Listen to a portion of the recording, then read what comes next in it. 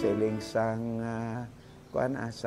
bugna no sa Three Angels Messages no nga nagalala sang mensahe nagalupad sa kahanginan, di ba? Di ang media ministry ang galupad sa kahanginan, di ba? No?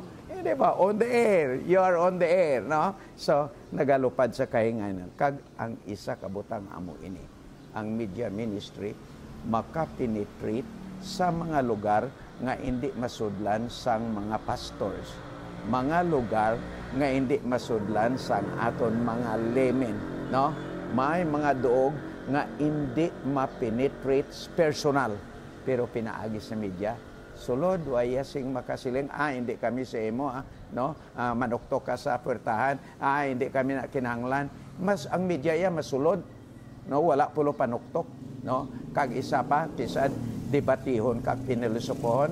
Ang media hindi mo madebati, no? Ara mamati kagid, no? Kung bisan hindi ka konforme, pero ara sila nagapamati. Sige nga sabog sang bini sa ila tagipusoon. Sa mga duog nga hindi Kristiyano, penetrate ang media.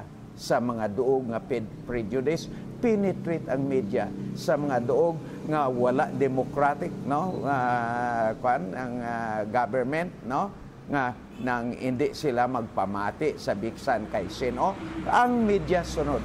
Kag ako nagatuo nga ang media amo ang magatapos ang pagwali sa bugos nga kalibutan, no? Kita bahin sina kay nagasuportar man kita sa media.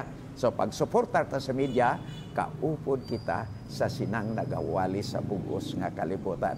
Ano mga utod, no? Aton suportahan ang media. Kaysa aton pagsuportar sa media, nagatuman kita sang sugo ni Ginoong Hesus. Iwali ang maayong balita sa bugos nga kalibutan.